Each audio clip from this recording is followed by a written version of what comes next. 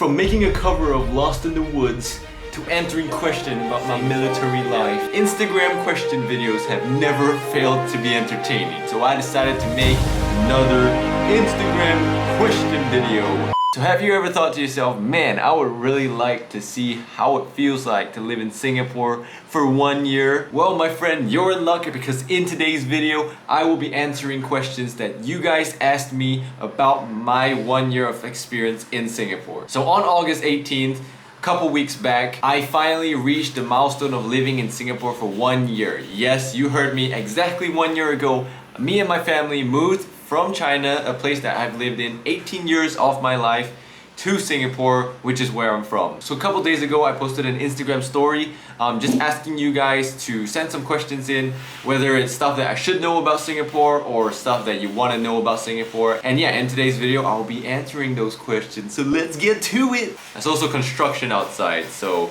great place to film a video. So question number one from...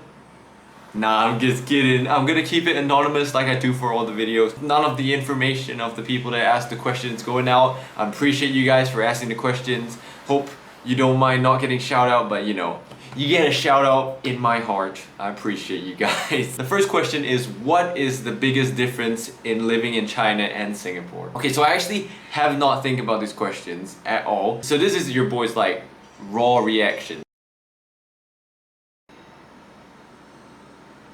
This is actually a lot harder than I thought. I probably should have thought of it beforehand. The first thing that comes to mind when I think about transitioning over is definitely the weather, but that's something that, you know, it's a given. Obviously the weather is going to be a lot different in certain countries. I also could go obvious and say like, the size of Singapore and China are completely different. For me personally, something that is the biggest difference is the way of transport. What I mean by that is, in China we have these things called electronic bikes. We just call it e-bikes. It's the main way of transport. Like, everyone has an e-bike. If you don't have an e-bike, I don't know what to say. I mean, you can survive without an e-bike. I didn't have one. And yeah, that's just not a thing here. Like, the most electronic it gets here in Singapore is like these things called e-scooters, but it's not the same because these things are like little tiny scooters that you kind of just, you can go around. It's just, and you're only limited to the pedestrian road, and there's a speed limit on that pedestrian road, so that's insane. In China, e-bikes, you can go as fast as like, I think the fastest I've seen people going like 80. Going along with that question is, what is the main form of transport in Singapore? So actually the public transport here is phenomenal. Conveniency is just 100%, 130%, bro. You can literally walk 2 minutes in any direction and I guarantee you there will be some sort of public transport. So yeah, public transport is definitely the main way. There's also this other thing called Grab, but that's like the Uber of Singapore. It's like a private ride to your place. What has been the best thing and the hardest thing about moving back to Singapore? I'm really regretting not thinking about this. You should see the length of the video. I'm just like, it's like 2 minutes of just me thinking. The best thing has definitely been just being with the family. It's kind of forgiven as well, but I lived 2 years of my life not being able to see my brother every single day. Just because we lived in different countries, he moved back to Singapore for his national service, I stayed in China. I've just been so thankful for it. Family is like a gift from God that no one else can give. Like, actually, I mean, I don't want to get too like sappy or anything, but appreciate your family, guys. The hardest thing about moving back to Singapore is, I mean, of course there's a ton of hardships that come with change. I think the hardest thing at the start that I was getting used to, the accent of the people here. It's called Singlish. It's like Singaporean English, but Singlish. Their accent it's next level, man. At the start, when someone talked to me, I literally did not understand a single thing they said.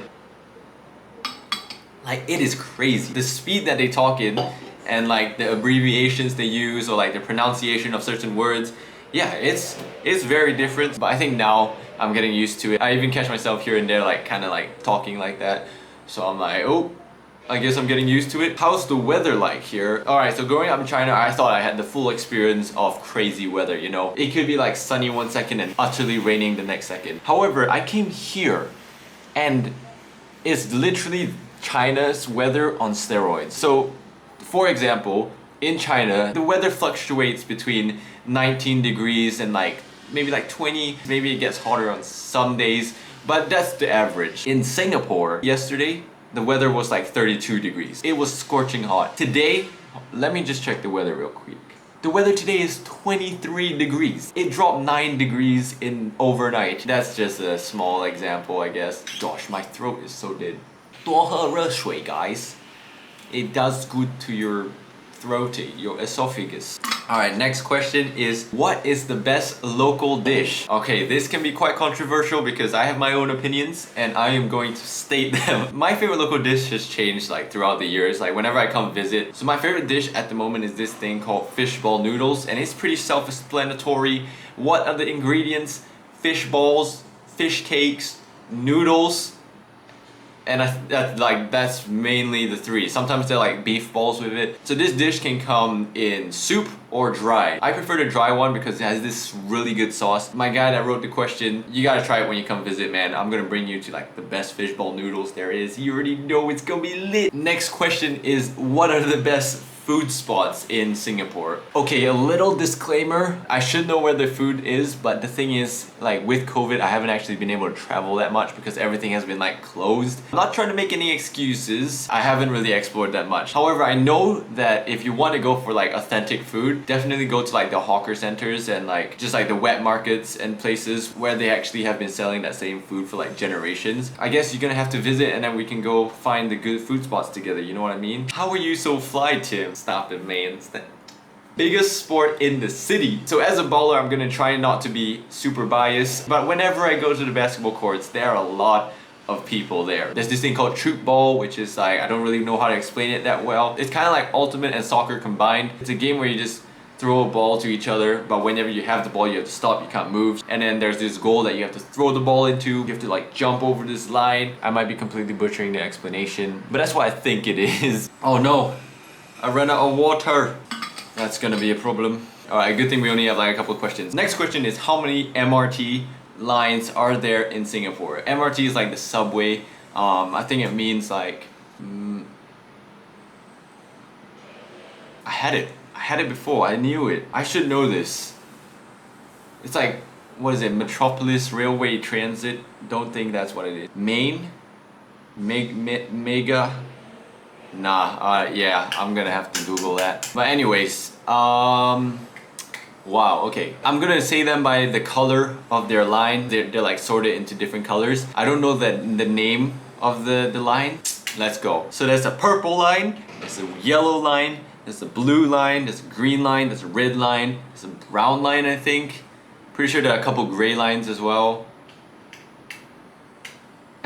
Yeah, that's it. Seven different lines. If I got it wrong, I've just been here for 1 year. What can I say? Have you been to the Wingstop in vivocity? Can't say I have, bruv. What is the Wingstop? Wait, let me check. Wingstop. Oh, it's a food place. Very nice. I have not been to the Wingstop. Dang, that actually looks really good. Like I'm kind of hungry right now. Thanks for that. But yeah, definitely need to try that sometime. Wingstop, okay. And yeah, that is all the questions that I have for this video. Once again, I thank you guys so much for, you know, actually asking the questions. This video would definitely have not been possible without those questions. For those questions that I didn't get to answer in the video, I'll try to answer them whether in like private messages or just chatting. Once again, I hope you guys did enjoy watching this video as much as I enjoyed recording it. It was a ton of fun. Remember to stay safe during this whole time. I know we're entering an endemic, which is great, so continue to just stay safe, stay smart, you know, wearing a mask if you need to. We're getting to the end, guys, getting to the end of the tunnel. Can't wait till the day we meet again. Like, share, subscribe, do all that good stuff. See you in the next one. Goodbye, God bless, peace out. I don't know why I did that so slowly.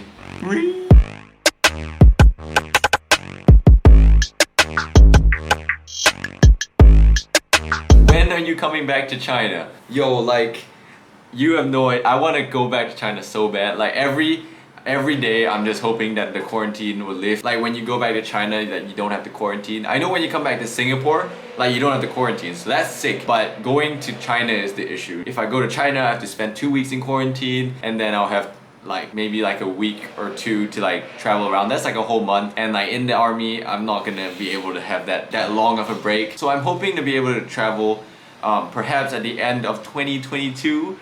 That sounds so far away. Hopefully earlier than that. It'll probably be sometime after I finish my army. But I really hope that we can like all visit together maybe and just have a fun time. But yeah, definitely looking forward to it.